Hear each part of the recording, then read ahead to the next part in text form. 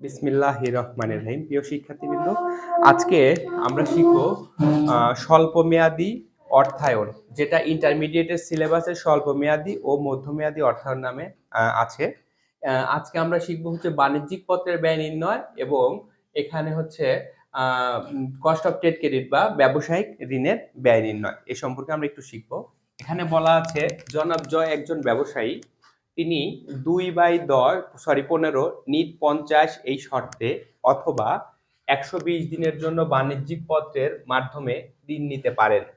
প্রতিটি বাণিজ্যিক পত্র 95 টাকায় বিক্রয় করেন, যার অভিহিত মূল্য 100 টাকা। আমাদের প্রথম কোশ্চেনটা কি? প্রথম কোশ্চেন দেখেন, বাণিজ্যিক পত্রের ব্যয় নির্ণয় করো। তো আমরা বাণিজ্যিক পত্রের ব্যয় যদি নির্ণয় করতে চাই তাহলে আমরা লিখতে পারি কি? বাণিজ্যিক পত্রের ব্যয় আমরা জানি, দেখেন সমাধান।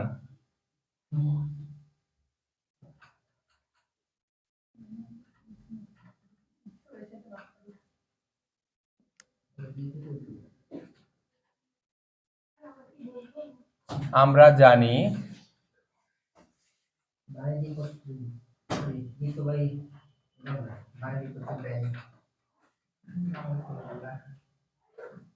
বাণিজ্যিক পত্রের, দেখেন বাণিজ্যিক পত্রের ব্যয়কে আমরা সংক্ষেপে কি লিখতে পারি? KCP, কস্ট অফ KCP, অর্থাৎ কস্ট অফ কমার্শিয়াল পেপার। বাণিজ্যিক পত্রকে ইংরেজিতে কি বলে? কমার্শিয়াল পেপার বলে। এখন দেখেন আমরা বোঝার সুবিধার্থে শুধুমাত্র অ্যামাউন্ট গুলো ইংরেজি দিয়ে লিখবো নাকি। এখানে আমরা দেখেন KCP ইকুয়াল টু আমরা জানি কি? FV minus NSV divided by NSV into 360 divided by DM into 100। এখন দেখেন এখানে আমরা একটু হেয়ারটা লিখে নিব অঙ্কে। এখানে FV মানে ফেস ভ্যালু, ফেস ভ্যালু বা লিখিত মূল্য। এখানে লিখিত মূল্য কত টাকা আছে আমাদের? 100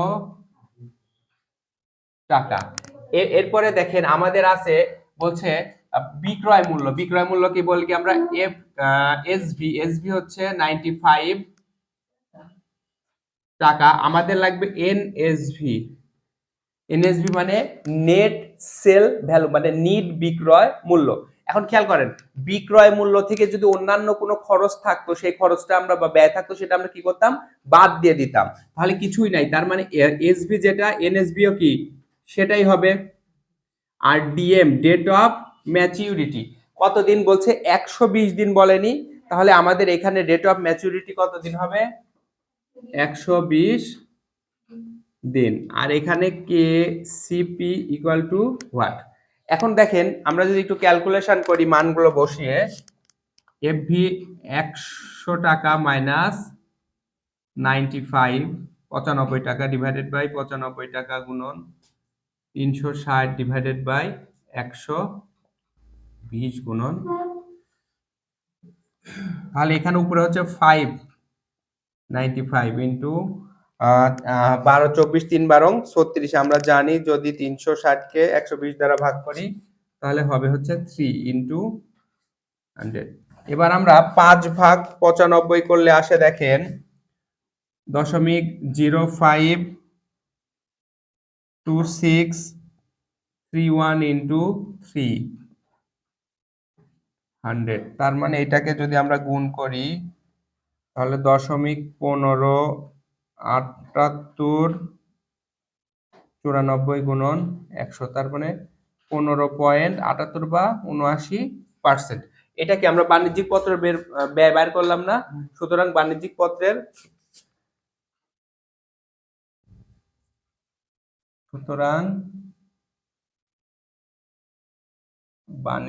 পত্রের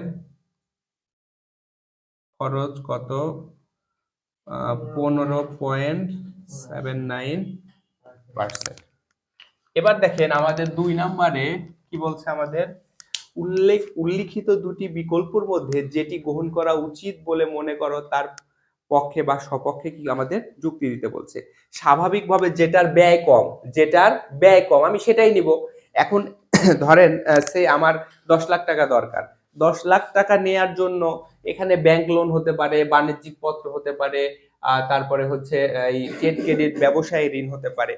যেটার ব্যয় আমার সর্বনিম্ন, আমি সবসময় কি সেটা নিব না? যেটার ব্যয় সর্বনিম্ন আমি কি করব সেটাই নিব। তাহলে আমরা একটু ইয়েটা বাইর করব, আমরা ব্যবসায় ঋণের ব্যয় নাকি। আমরা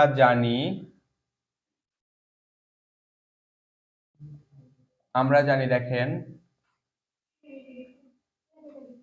ব্যবসায় ঋণের ব্যয়। দেখেন আমরা যেহেতু ব্যবসায় ঋণের ব্যয়কে আমরা কি বলতে পারি, কস্ট অফ ট্রেড ক্রেডিট বা কেটিসি। এখন দেখেন কেটিসির সূত্র কি আমরা জানি, দেখেন সিডিআর, তাই না?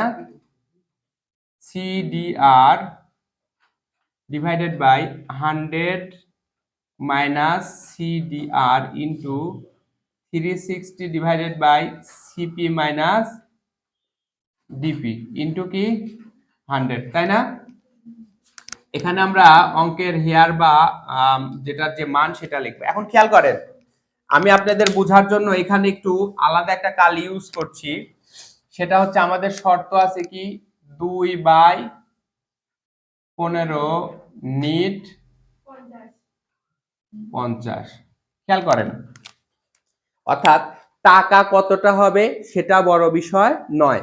এই টাকা যে টাকাই হোক সেটা যদি আমরা 15 দিনের মধ্যে দিই তাহলে আমাদের 2% ডিসকাউন্ট বা ছাড় দিবে বা বার্তা। আর অবশ্যই কত দিনের মধ্যে টাকা পরিশোধ করতে হবে, আমাদের 50 দিনের মধ্যে পরিশোধ করতে হবে। এখন খেয়াল করেন, এই 2টাকে বলে হয় সিটিআর, এটাকে বলে ডিপি মানে ডিসকাউন্ট পিরিয়ড, আর এটাকে বলে দেখেন সিপি বা ক্রেডিট পিরিয়ড। এখন আমরা মানগুলো লিখি।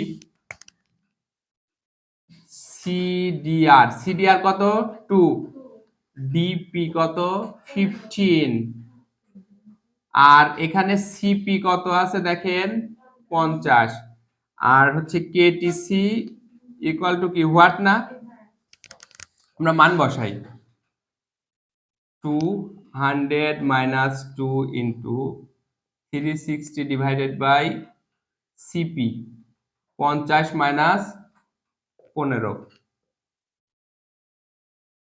2/98 ইন্টু 360 ডিভাইডেড বাই, দেখেন আমরা যদি 50 থেকে 15 বাদ দিই তাহলে আমাদের হবে কত 35 ইন্টু 100। এইটাকে আমরা ভাগ করলে 0.020408 পাই। 360 ভাগ 35 করলে পাই 10.2857 ইন্টু 100, 0.020408, তাহলে হচ্ছে 0.209910 ইন্টু 100, তাহলে 20.99 বা 21%। তাহলে দেখেন আমরা লিখবো 21%। অতএব ব্যবসায় ঋণের ব্যয়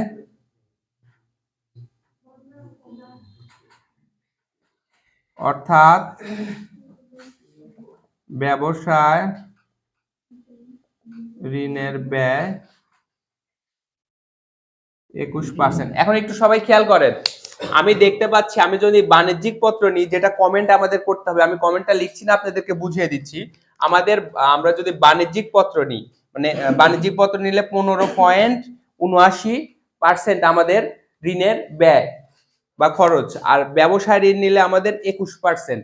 আর সুপ্রিয় শিক্ষার্থী তোমরা একটু বলো, আমরা হচ্ছে 15.79 যেটা আছে আর এটা 21%, তাহলে আমরা ব্যবসায় ঋণের ব্যয় নিব না বাণিজ্যিক পত্র, কোনটা? অবশ্যই ব্যয় কোনটাতে কম, বাণিজ্যিক পত্রতে কম। তার মানে আমরা বাণিজ্যিক পত্রটাই কি করব, এখানে সিলেক্ট করব। অথবা আমাদের এখানে লিখতে হবে জনাব হচ্ছে কি জয়ের বাণিজ্যিক পত্রের মাধ্যমে অর্থায়ন করা উচিত, কারণ হচ্ছে ব্যবসায় ঋণের ব্যয়ের চাইতে বাণিজ্যিক পত্রের ব্যয় কি কম। সো আমি আবারও বলছি, এই জন্য আমাদের কি করতে হবে, বাণিজ্যিক পত্রের মাধ্যমে ঋণ নিতে হবে। তো সুপ্রিয় শিক্ষার্থীবৃন্দ, এরকম শিক্ষণীয় ভিডিও পেতে আমাদের পেজটিতে লাইক কমেন্ট করে সঙ্গে থাকবেন। ধন্যবাদ আপনাদের সকলকে।